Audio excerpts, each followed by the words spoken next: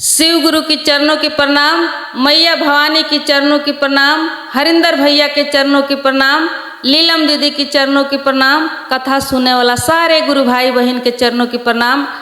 मेरा प्रणाम स्वीकार हो। हे महादेव जी, मेरा प्रणाम स्वीकार हो।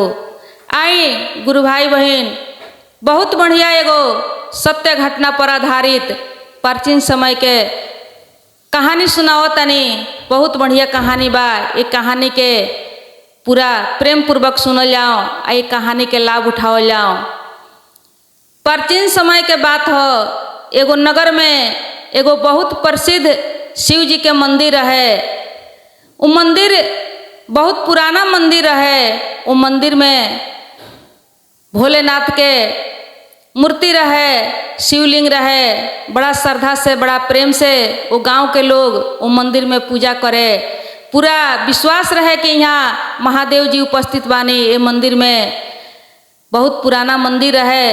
वो मंदिर के बहुत सुंदर तैयारी कई रहे। और वहाँ पूजा पाठ होके नित्य दिन लोग वहाँ पूजा करे, दर्शन करे जाए। एक दिन के बात हो कि कोनो पर्व के दिन रहे, कोनो उत्सव रहे। वो उत्सव में बहुत श्रद्धालु भक्त लोग वहाँ जल चढ़ावे खातिर, भोलेनाथ के दर्शन करे खातिर पहुँचे रहे। बहुत भीड़ रहे मंदिर में, खूब जोर शोर से पूजा होत रहे, बाजा उजा बाजत रहे, सब कुछ सजावट भई रहे। वही समय में एगो आकाश से सोना के थाल जैसे लौका लौकेला, लौका लौक के आके लौका लौकेला तो बिजली जब गिरेला तो धरती के अंदर चल जाला। वैसे ही चमकत चमकत आकाश से एगो बड़ा सुंदर सोना के थाल आइल। लेकिन वो सोना के थाल धरती के अंदर ना गइल। वो मंदिर के जौन आंगन रहे, वही मंदिर के आंगन में आके वो रुक गइल। मंदिर में जब आके रुक गइल तो सारा वहाँ भक्त लोग देख के बहुत चकित भइल, आश्चर्य में पड़ गइल कि सोना के थाल पता ना केकरा खातिर महादेव जी पे ठौले बानी। एकर भागी के होई, एकर हकदार के होई, ये सोना के थाली के उठाई। ये तो बहुत बड़ चमत्कार हो गई। आज ये देख के लोग, बहुत लोग आश्चर्य में पड़ गई। अब सब सोच सलाह कैला के बाद कहलक लोग कि हो सकता कि मंदिर में जे पुजारी बा, वो पुजारी खातिर ई सोना के थाली आइल हुई। काहे कि दिन रात ये मंदिर के सर सफाई उनके जिम्मा में बा। भोलेनाथ के पूजा पाठ, भोग लगावो, आरती सब संझिया बिहनिया के जिम्मा उनके ऊपर बा। तो हो सकता महादेव जी ई सोना के थाल उन्हीं खातिर पेठौले होखे। अब सब लोग पुजारी बाबा के बुला के कहलक लोग कि हे बाबा, देखी महादेव जी के कृपा रउआ खातिर सोना के थाल पेठौले बानी। बहुत खुशी के बात बा। राउरी इतना दिन के भक्ति, इतना दिन के पूजा पाठ राउर सफल हो गई। आई प्रेम पूर्वक रउआ ये सोना के थाली के हमनी के सबके सामने में उठाई। पुजारी बाबा भी खुश भईनी कि सही बात बा, हमरा से ज़्यादा तो कोई पूजा ना करेला, ये मंदिर के देख रेख ना करेला, उसे ये सोना के थाली हमरे खातिर आइल बा। अब देखें बड़ा खुशी खुशी पुजारी बाबा गईनी सोना के थाली उठावे। जब सोना के थाली में हाथ लगाओ तनी तो टस से मस ना भइल, ना हिले ना डोले। कितनो कोशिश कैनी पुजारी बाबा, लेकिन उस सोना के थाली हाथ ना आइल, जहाँ रहे तहें रह गइल। अब तो बड़ा लोग चकित भइल कि तो बड़ा आश्चर्य के बात हो गइल। जब ये पुजारी बाबा के हाथ में नहीं आवत तो पता नहीं सोना के थाली के उठाई, एकर हकदार के बा। अब सब लोग मिल के वहाँ चुने लागल कि सबसे बड़ पुजारी यहाँ के बा, केकरा के देखल जाओ कि के ज़्यादा भक्ति करेला। अब वैसा ही कह के एक एक कह के कोई कोई के चुने लोग कि फलना आदमी रोज पूजा करे वाला, बड़ा भक्ति करेला।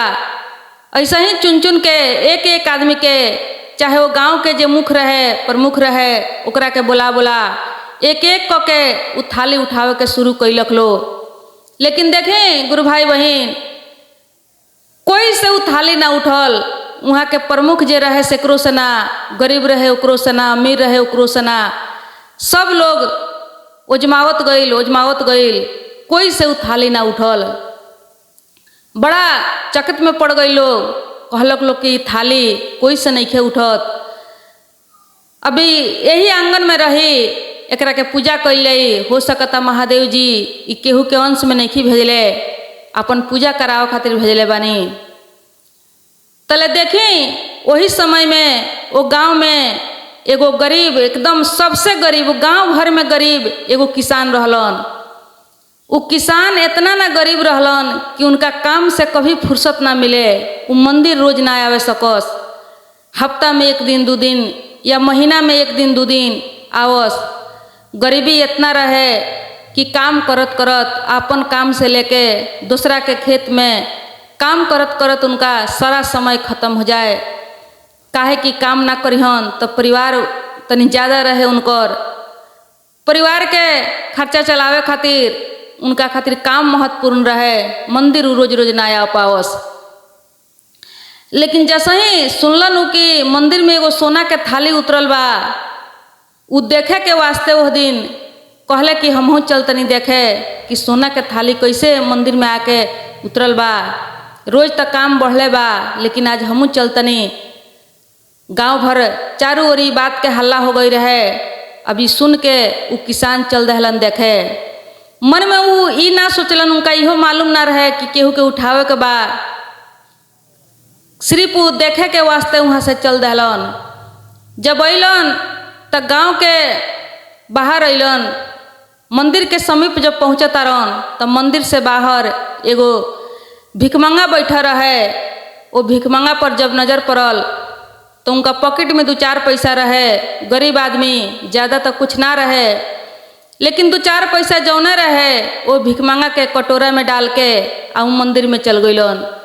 जब मंदिर में गइलन तो वहाँ के सब लोग देखलक तो कहलक के भाई तू ही एगो बाकी बड़ो ए थाली के उठावे से, एक बेर तूहू कोशिश करके देखो, हो सकता कि गांव में गरीब बड़ो, कहीं तहरा खातिर महादेव जी ई थाली पे ठोले होखी।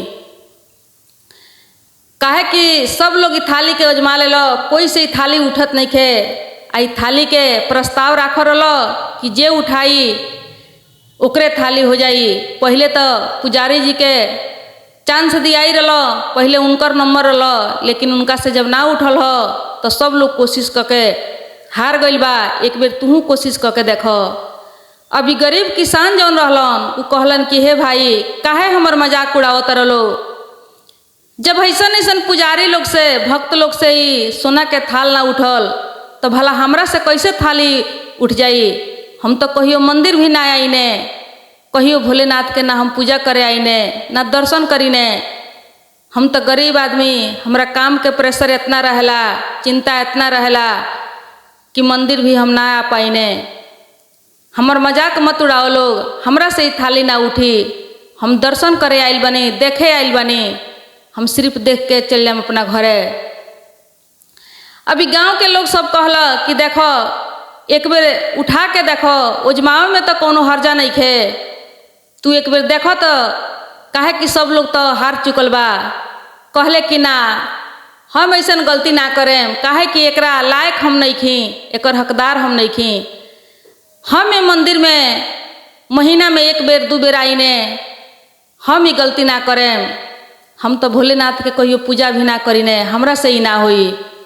अब बहुत जिद कैलक लोग, बहुत जिद कैले के बाद कि एक बेर उजमा के देख लो, उजमावे में का लागल बा। जैसे सब लोग से ना उठल वैसे तोहरों से ना उठी, एमे कुछ ना होई, कुछ ना बिगड़ी। जब ना उठी तो यही आंगन में रह दियाई, आवल जाई, पूजा कैले भोलेनाथ के, आई सोना के थाली के भी पूजा करके चल जाई।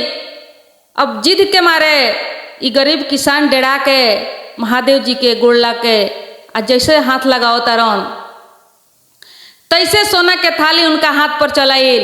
उनका छुअत छुअत में उनका हाथ पर सोना के थाली आ गइल।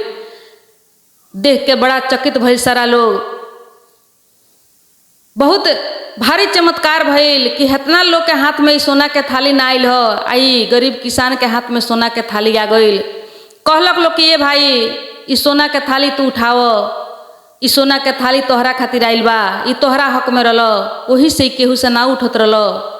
लेकिन तू ही बताओ, तू कहता रह कि हम मंदिर कहियो ना आईने, हम भोलेनाथ के ना कहियो जल चढ़ाईने ना पूजा करीने, लेकिन तू जरूर कोनो ना कोनो भक्ति कैले बाड़, कोनो ना कोनो विद्या जानता रह, ओकरा बल से ही थाली तोहरा हाथ में आइल बा।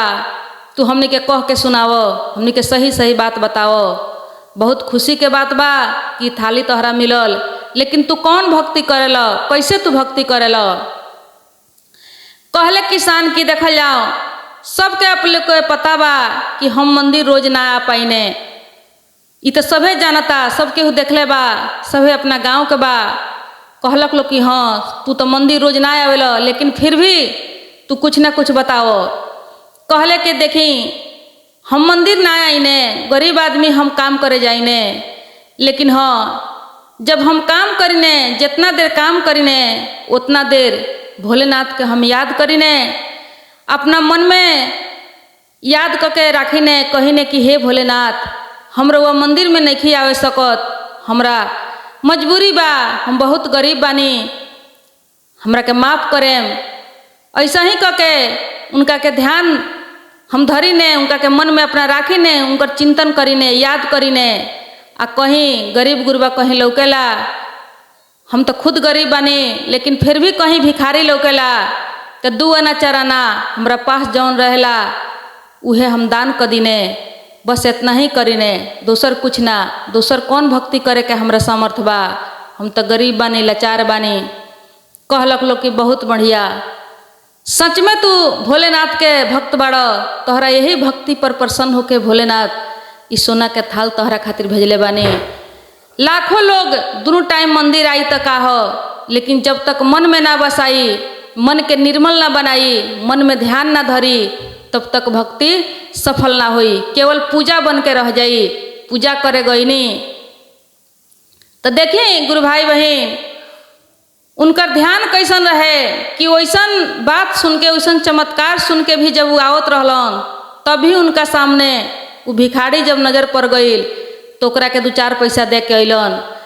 जबकि सब लोग के नजर पड़ रहे भिखारी, जितना लोग आई रहे देखे या पूजा करे, दर्शन करे, पहले आई रहे या बाद में आई, सब लोग वो भिखारी के देखले रहे, लेकिन वो भिखारी के ऊपर कोई के ध्यान ना गई कि 2-4 पैसा दे दिया। और वो किसान के गरीब होते हुए भी वैसन बात उतना हड़बड़ी में आई रहलन देखे खातिर, लेकिन फिर भी 2-4 पैसा जौन रहे वो दान कैले रहलन। तो यह सही भक्ति है।